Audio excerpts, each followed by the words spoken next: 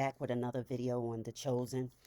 The last video, or the first video I just put up prior to this in reference to why were you chosen, it may feel like I ended it abruptly because I did.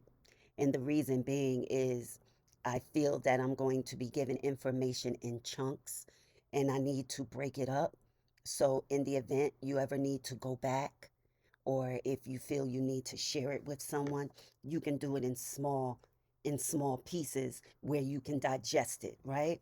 Understanding more about you and your calling on your life, and why are you so special to God? Why did God choose you, right? So I'm going to get into it. I want to speak about, on this one, we're going to be discussing our our personal calling.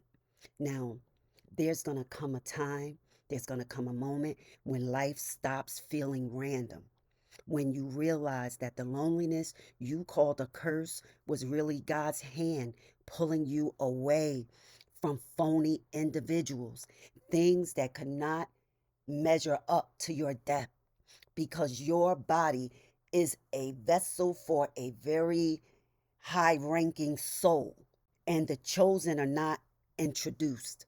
So you will not be readily identified when others meet you. So it just may be your family doesn't like you, you don't get along with your siblings, everywhere you go, you make mistakes, you're always corrected, you're always going through something.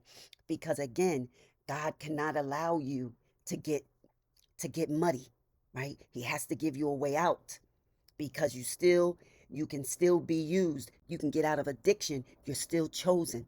You can have children out of wedlock, you're still chosen. You could have cheated in a marriage, in a relationship, you are still chosen. It doesn't stop. You still get called, right? You could be homeless and you're still chosen. So again, the chosen are not introduced, they're revealed through separation. Chosen individuals don't really feel comfortable with around a lot of people. They oftentimes feel the need to overextend their grace in order to make others comfortable with them. And you'll start noticing that you don't fit the rhythm of the crowd. Not that the crowd is not on your level, it's just that your frequency is very hard. It's very hard to find a match. It's hard to find that click, right? So, what excites others doesn't move you. What breaks others doesn't destroy you, it builds you. I'm going to be doing a video probably next week in regards to the unbreakable man and the unbreakable woman and things you need to know. But it's the divine mark. You were designed to walk through rooms you never belonged to, so heaven could prove that belonging isn't required for purpose. So it doesn't matter that they don't like you. You were skipped over, you were misunderstood, you were betrayed, cheated on, lied on, robbed. So when you ask, why me? Heaven is whispering, because you'd survive what others would surrender to. What would make others, I'm trying to not say something because I think it's something very personal. I don't mind sharing it, but I think it's almost what was something I experienced. A lot of things I experienced, but I'm gonna hold off. To be chosen is to be processed.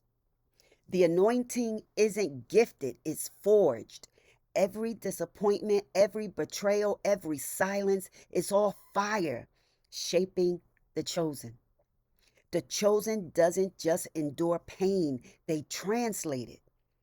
They learn to find revelation inside rejection. While others pray to escape, you're learning how to endure and evolve. You won't quit as fast as someone else would.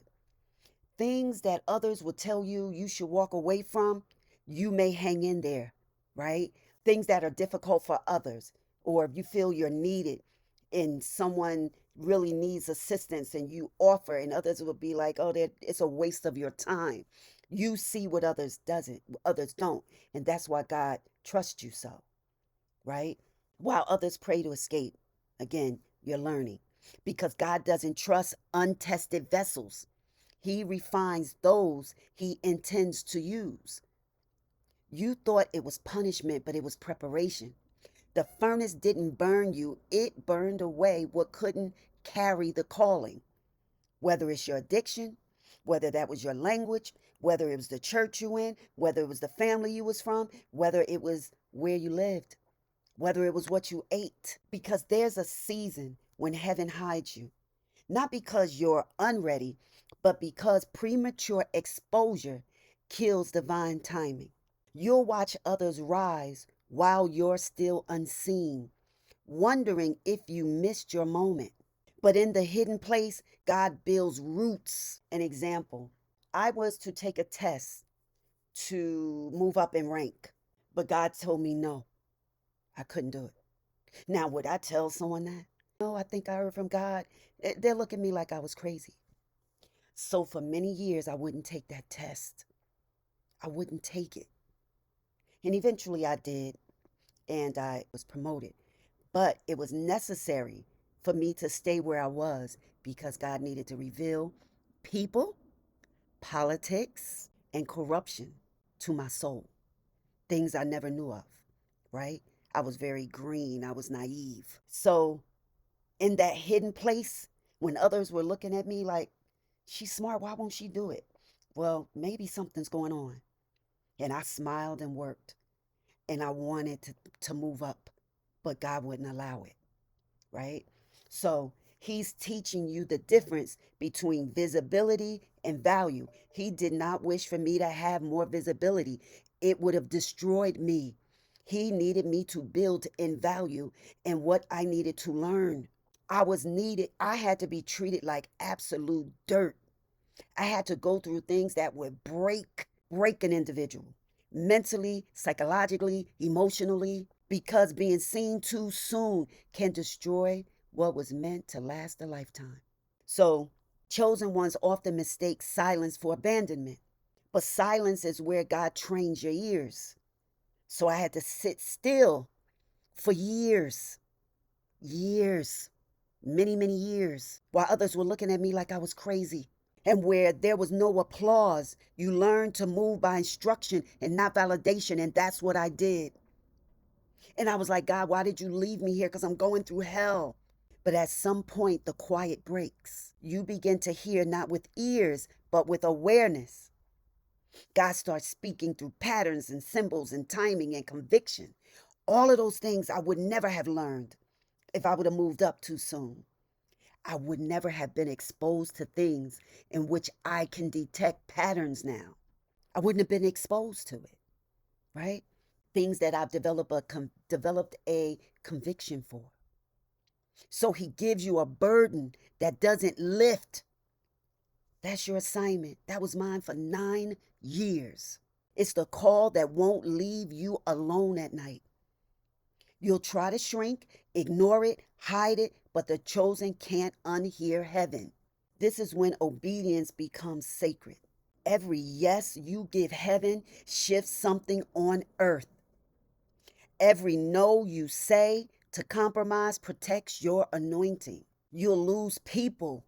You'll lose titles and labels, all because you heard from God and no one understands. Not because you failed, but because old definitions can't hold new dimensions. The chosen must outgrow reputation to live in revelation. You were never just a daughter or son, a friend or employee. You were and you are a vessel. The world named you by what you did, and heaven renamed you by what you carry. I knew I was being called names. I knew I was being betrayed. But that's why everything that once defined you had to fall apart. Identity must collapse before destiny can rise. Now comes the weight, the mantle that you carry. Favor sounds pretty until it presses. When God places a mantle on you, it costs your comfort. You start feeling everything, the pain of people, the pulse of heaven, the urgency of justice. And I thought it was depression, but it was discernment. I was seeing things that I had a conviction for. So you sense shifts before they show up. You intercede before they manifest. That's the mantle announcing itself. You were called to be light, and light always exposes darkness, even if you have no intention. It seems like whatever you do, it seems to expose something, or someone miscommunicates what you're doing because you don't know what's being done in the dark. And so that's why opposition will always find you so quickly. And when the noise fades, what remains is intimacy. God lets chosen ones walk through abandonment so they'll know his presence as home. The reward of the chosen is not fame, not fame. There's levels to this. It's fellowship. It's the quiet awareness that you are known, guided, and protected by something eternal. You stop asking for recognition. You stop trying to explain or tell your story or expect people to understand. They were never meant to understand. So you start asking God for revelation. You realize that to be chosen is not to be above, it's to be anchored. And you must stand in your purpose. Yes, now stand. Not as who the world raised, but as who heaven sent. Every scar, every loss, every lesson, sacred evidence that you survived the refinement and remain teachable. The chosen don't chase platforms. We don't. They build altars. Wherever you stand becomes holy ground when your life carries truth. Wherever you live, wherever you lay, it will become holy. You'll bless it just by your presence. And when what's in your bed beside you, vessel chosen for a divine purpose, it will not be allowed to stay. You will be restless because wherever you are is holy ground because your life carries truth. So if you're listening to this and something inside you is stirring, that's your confirmation. You were never overlooked. You were reserved. I'm going to go into the collective calling.